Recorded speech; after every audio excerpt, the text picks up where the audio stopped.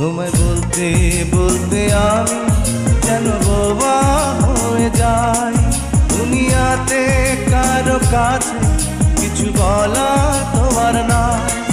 দুটি আঁখি তুমি ছাড়া যেন দেখতে কিছুই পায় না। আমার হৃদয় একটা আয়না, এই আয়নায় তোমার মুক্তি ছাড়া কিছুই দেখা যায় না।